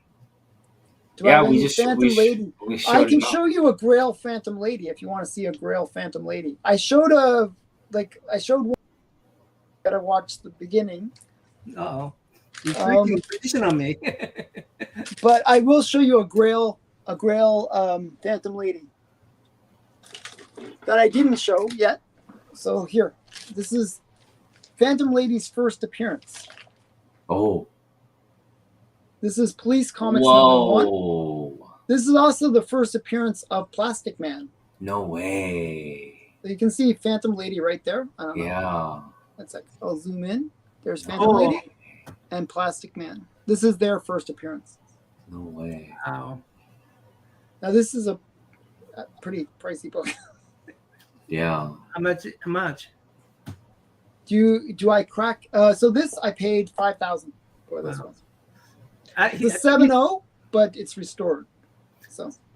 That's beautiful. But I saw a 2.0 blue label sell for it was like 11 or 12,000. It was like in that range. Wow. So to get a 7.0 restored for half that, hey, I'm down for it. You know. Yeah. I mean, if I am spending that kind of money. Yeah, I mean, it didn't make sense. Like to me, Yeah. it was just, why would you? Like if I remove the restoration, which is just color touch, bit of color touch, remove it, probably you get a 6.0. So it doesn't make sense. Like I don't understand the logic sometimes. Yeah. You know, because like this could easily get a 6. Yeah. And then it becomes like a $30,000-$40,000 book. That Phantom Lady is not a Baker's Phantom Lady. Okay. No, this is a different Phantom Lady. Yeah. So it's the same character, but this Phantom Lady, the one that everyone kind of recognizes, is from Fox Feature Syndicate, which was with Matt Baker and those artists. This was in Quality Comics, which was where she made her original appearance. She got pulled away from them later. So this is from 1941. The one that I showed earlier is from 1948. So this is much later. I prefer this version of her. She's much sexier. Yeah. She has the headlight. Headlights are always good. Yeah. Headlights always good. You can see your way in the dark. Yeah. So yeah. So those are some of my collection. I mean, I have a ton like I could show, but Yeah, I mean, you have a collection that is just, I don't know. I'm just right now speechless after seeing these books, and I know a lot of the community has incredible collections, and people show them off all the time, but quite, like, even with that said, I think your collection is truly what I find is like because of my way of collecting, where I go after kind of maybe the lower grades or the restored books, like just to have the book, I find that my collection maybe is broader than a lot of other collectors. You'll see like collectors who have like way better, like more valuable collections, I would even say, like way more valuable, but it's in a smaller number of books. Yeah. So mine's much broader. I just want to have the cool books. I think some of these books are just too cool. I just want to have them. And yeah. like if you could see what I see right now, what I'm looking at in front of me is I have like a bunch of books displayed. Like, so you're seeing the back display, but in front of me, I have all pre-code horror, like right in front of me. And then up here is all like cool cartoon books. I don't know. Wow. And then over here is my Plastic Man. And over on this side, I have like, like some detective, some cool crime. And then behind me, I have some good girl art. So it's just like, I love having those books and seeing them. You know what I mean? Like it's, that's exciting to me. And like, sure, the grades are a little bit lower, sure, it may be restored, but I just love to own those books. No, I feel the same way about my low grade books. I could care less about the grade at that point. It's just part of my collection. And so and high grade, low grade. Yeah, you know what the funny thing is? I did a bunch of videos on my channel about this where I actually looked into the numbers. Mm-hmm. And I looked into the numbers 2 times where during COVID, during that whole spike, right, where it was just crazy. And I actually looked at the numbers after when the market tanked. And I noticed something really interesting about the low grades. The high grade books, like the 9/8, those big books, those, investment grade, they always say investment grade books, they really got hit hard. The low grade books got hit. Like, I can't say that they were proof, like recession proof, but they went down maybe 20%. Yeah. The high grades went down 70%. Yeah. So my point is, like, even though like I bought these lower grade ones, the price really didn't suffer that much. Right. Because they're still an expensive book, even down 70%. those are expensive books, and people still want to have them. Yeah. They can't afford the higher price ones, so there's a lot of demand at that lower price point. Yeah. And that No, keeps the price up. I know a lot of people that were picking up books at the heights. Mhm. And I'm kind of actually glad because when I got back into collecting, I was going to half price books. I was spending That's a money good on place to buy books, by the way. yeah, I was just spending money on a lot of I wasn't really focused and I was just kind of buying just Mhm. picking up everything I liked. I was just picking it up. And then I realized, you know what? That's not a good strategy. And then we tightened up what we wanted to focus on. And I think right now where I am is pretty good. And now that I'm targeting the bigger books, it's like it's come down a long ways, except for the fact right now Ramita and like GI Joe, these are like books that Yeah. are trending. Well, Now, they're popular because of yeah, exactly. And so circumstances, right? those are the ones out on my list right now that I can't necessarily pick up on the cheap. But everything else is pretty good. Here, I'm going to do something, for the question that was just asked. I'll just quickly do a scan. Camera turn, yeah. Yeah. So I can't actually turn the camera, but I can kind of turn it, right? So this is what's in front of me. These are all pre-code horror. You can see my messy thing here. Alan, did you do a room tour video on your channel? I did, and then so you can see some of the books up there, and you can see all the boxes. Just where was it? Where is it? Is it titled something? I gotta redo it. I'm gonna redo one. Okay. And you can see all the books in there. There's another closet that's filled with books. Nice. You can see some books over here. Oh no. And then you can see on this wall, as the other wall. Yeah, that's all your the slabs. Slabs. And then down there, like there's another closet door. But you see, like that's 30 long boxes. Wow. Okay, so that's just a quick tour. I'll actually do a better tour at some point where you guys can see. Okay. Impressive. I was going to Well, drop the link yeah. on your room tour video.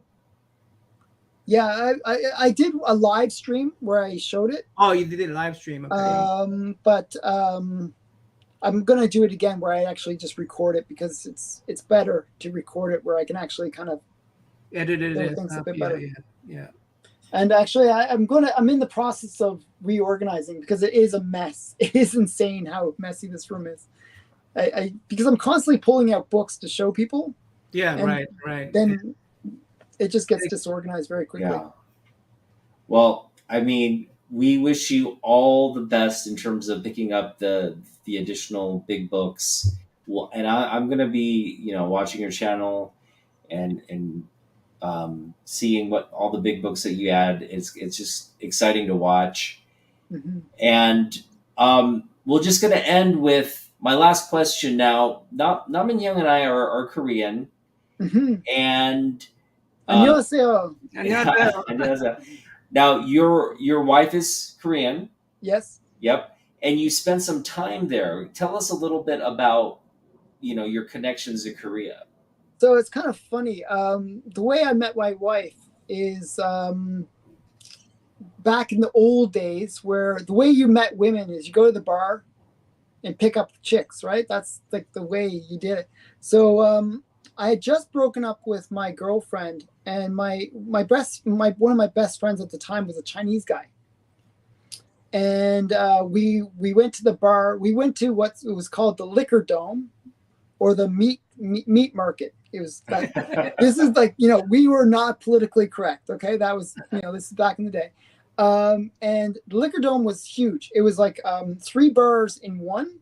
Wow! Like it was like just this massive thing. Like could fit like a few thousand people. It was just huge. This is in Halifax, Nova Scotia.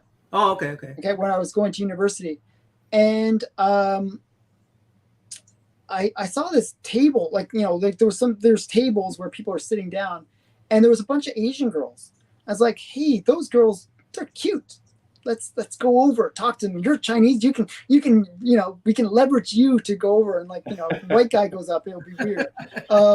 So I was like, they don't look Chinese. They don't look Japanese. I think they might be Korean. That was my guess. I actually guessed. I can tell the different ethnicities pretty easily. So I was right. They were Korean. I didn't know any Korean or anything, so I was pretty useless. But so I said, "Hey, would you guys like to dance?" And so two of them came up, and one danced with my friend, and one danced with me. And I got the prettier of the two, so I was quite happy. And I asked, "Oh, where are you from?" Because I was curious if they were Korean or if they were Japanese. What were they? And my wife at the time, she was like studying English in Canada. And so her response was so silly. She said, "I'm from Halifax." And I was like, "Okay, you cannot pronounce the city that we're in. That's not a good sign." So it was funny. So I wrote my number on a napkin, or I wrote her number on a napkin, and I kept her phone number afterwards. I kind of got her phone number. And I called her, and I don't know how she was able to understand me. Her English was pretty bad at the time. And so we started dating, and we draw pictures in order to communicate. And she was supposed to be studying English, but she never went to her English classes. But after a few months of just dating me, she became pretty fluent pretty quick.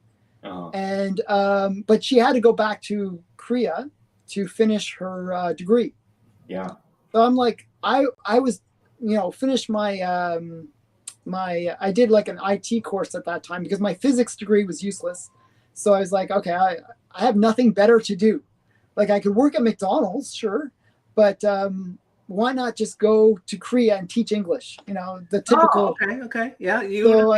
Pretty good money back then. So I actually took a course to learn how to teach to adults, Uh-huh. But my wife was like, "No, you're not teaching adults because white teachers do really well, with the older girls." Kids. Oh no, yeah, older girls. Okay. Yeah. So she was like, "Okay, you're going to teach Yuchiwan." Which is kindergarten. Kindergarten, yeah. So I was like, I have no training how to teach kindergarten. So I got thrown into kindergarten, and I was, it was brutal. It was like I would teach 12-hour days, and I was thrown into a class by myself with like a smaller room than this room with about 15 kids that were like, the wonderful thing about Korea is Korean ages, right? When you're born in Korea, you're not 0 years old, you're 1 year old. Right. Yeah. And then on the new year, everybody turns 1 year older. Right. Yeah. So you could be 2 years old and you're only a day old, right? It's silly. So what they were saying, oh, these kids are 5 years old. Okay.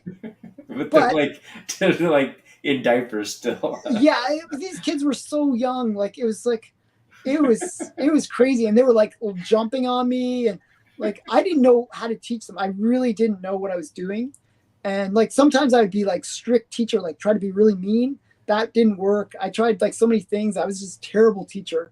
But after about a year, I got good at teaching, and I stayed there for another 2 years after that, and I had fun. It really taught me how to work.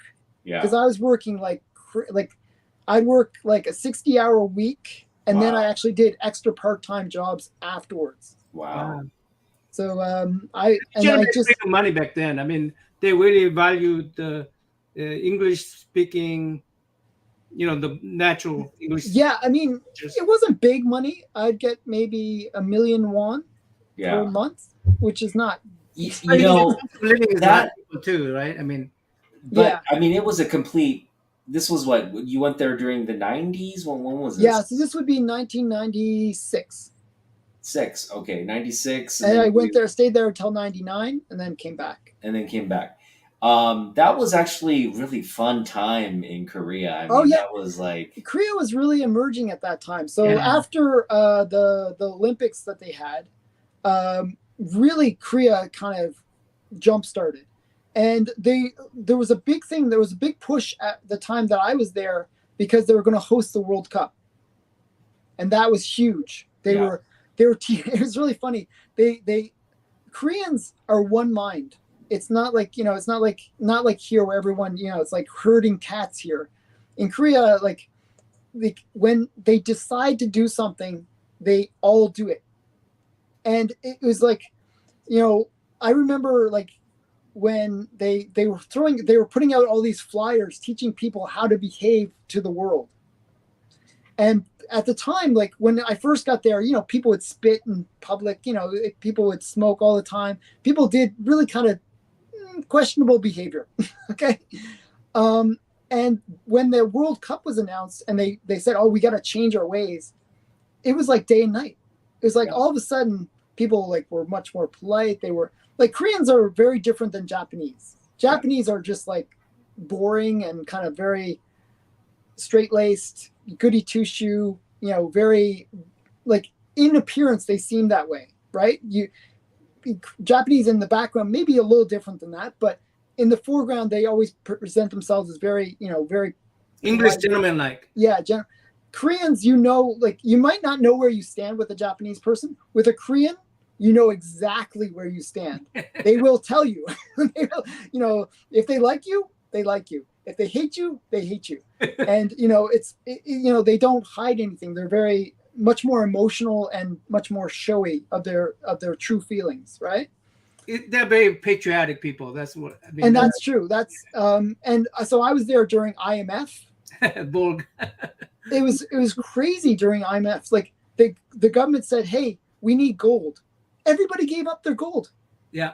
They just donated it. They basically said, here's the gold. And they got out of the IMF within a few months. It was insane. Like just that kind of mentality that we want to fix the problem, we'll fix it. And it just gets fixed. When they had like remember in China when they reduced the one person policy. Person thing. Yeah. When Korean did it, they just volunteered basically. They just said they didn't have to make it a law or anything. They would just do it. Yeah. So that was a bit of a mistake actually, because I taught those kids, those one child kids. Yeah. It's really bad. Like they spoil them, right? They don't, right. And also they kind of burn them out too. Like for the people that don't know, Korea has one of the highest suicide rates because the kids they like burn them out. They burn them out really bad. Like I tell my kids here, because they're half Korean, so they need to know what it's like to be a true Korean. When you're Korean, you wake up at 5 a.m. You go to like whatever prep school you have to do. You go to school after that. Then you go for a full day of school. Then you go to after school where you have a few things. Then you go to your like English school, your tennis school, and then you go to your math or Chinese prep school. Then maybe you go to sleep around 11 at night. Yeah. Well, that's changed a lot, I think. But that was my time when I was there. I'm just saying when I was there. But no, but I think the pressure to exceed academically will always be there. But I think people are realizing this isn't the best. It's not a good. It's not a good thing. It's a lot of kids do burn out, and so that's. Yeah, well, I taught some of those night classes. Mm-hmm. And I just remember, like, they were zombies. Yeah. It's like, hello, are you still awake? And I felt bad for them. I knew that they had been, going the whole day. Taking all kind of caffeine stuff at the young age. And it was messed up. It was. Yeah. But, I mean, they're very smart as a result of this, but. And the other thing that really I thought was interesting about Korea, and you can take this as positive or negative, but I found that they're very good at art, but with a weird twist. It was like, if you ask them to draw poo, I don't know, like it sounds weird, but in Korea, it makes sense to say this. They love to draw poo. Drawing poo was like a cool thing. I don't know why, but they would always draw it exactly the same. Yeah. Any two kids you could, and it was the same with a lot of things. I was surprised how consistent the way things were drawn. It sort of became a little icon, like, today's icon kind of thing. Well, yeah, that's true too. But my point is, like, I found that they were very good at art and they learned it from an early age, but they didn't learn creativity. So they would learn it a very formulaic way. Yeah. And that was one thing I felt like it really was lacking in the Korean educational system. They're very good at memorizing stuff. They're very good at that whole, like, being like almost like everyone else, like almost like no freedom of you I know. thought it was very lacking. Yeah. Very, they and were that's very why conformist. and that's why these kids, they come out of like school not really remembering what they learned. Yeah, yeah, they absorb it all, and and then they then spill it out onto the test Koreans paper, are and then awesome at then they taking test tests. it, and then that's 3 it. years later you ask them the same question, they're like, oh, I don't remember any of that anymore. Yeah, Don't ask yeah. me. That was traumatic. I want to put that in Exactly. my past. Yeah, it was not a. There was good things and bad things. Like for instance, I was trained in the United States. I'm an engineer, right? Mm-hmm. I just barely made out of my engineering school. But if I could compete with any of the Korean engineers when I was younger, that is, I could compete with any of the Korean engineers because they went to good schools and they know how to take a test. You know, once they went into college, they didn't really learn anything. You know? Well, that's the funny thing. Once they get in, they just slack off and they just play. Yes. It's really funny. It's the opposite of what we do here, right? Yeah, they go to Canada and study English. Yeah. So I could compete with any of them because they didn't have the I mean, they didn't learn anything. They just memorized things and never turn into any product, you know. They're very good at facts and figures. And actually, I would even say they're good at problem solving. Like if you give them a math problem, they will solve it. They will grind through it and they'll do all the steps to really make it work. It's just certain things are a little different. It's just different, like the way that it's a training. It's not that they're naturally designed that way. It's just their training, you know. And yeah, they're just more systematic, I guess. About learning. As I said, I felt it was a little bit more conformist, if that, you know, and I don't say that as a bad thing. I mean, no, it's not. It's just fundamentally different, you know. Western education and Eastern education, like people think education is universal. Is universal, but it's not. It's really very different. In Asia, it still is. Like they've taken all the energy you do to perfect like classical, you know, like writing and all that. They took all that energy and they put it into, you know, across they put it into modern science and, you know, knowledge. So it's that same level of intensity. It's just hard to sustain if you're a young person and you're. I mean, I really enjoy coming here and doing math classes because I came in when I was 11, right? And people didn't know how to do multiplication table. I mean, I memorized everything, multiplication. I memorized everything. Yeah. They didn't know how to do multiplication table. But later on in my life, I realized what multiplication was. Multiplication was like a just adding multiple times, right? And I didn't even realize that simple principle because I just memorized it. Right? One sec, wait, my wife's yelling. She's not so keen on the comic thing. Just one moment, okay? All right. Well, yeah. Let's wrap this up. I mean, wrap up. Let's wrap it up. I don't want your Korean wife to get mad at you. I'll tell her that I was hanging out with some Korean guys. So yeah. We'll vouch for you. And you guys will have to come on my channel sometime. I would love to do that. Yeah, we'd love to do that. But Alan, this was a great time. We want to have you on again soon. And next time when we have you on, we'll have you on when you've have some more big books to share and some things that you're going to show on your channel. We can kind of coordinate that, but that'd be really exciting. So I recommend everyone watches my Thursday show this week. It's going to be a big one. Okay. Big one. That's just one of the books that I just showed was one of them. So Thursday. Really big show. All right. What about you, Otaku Hyung? You have anything? Well, I am going to, again, I'm getting my Golden Age book on Wednesday, so I'll reveal what that is. Cool. And that'll be about it. Cuss us out in Korean. No, we're nice. All right, guys. Okay. Thanks. All right, thanks for coming out. Okay. We'll see you in the next one.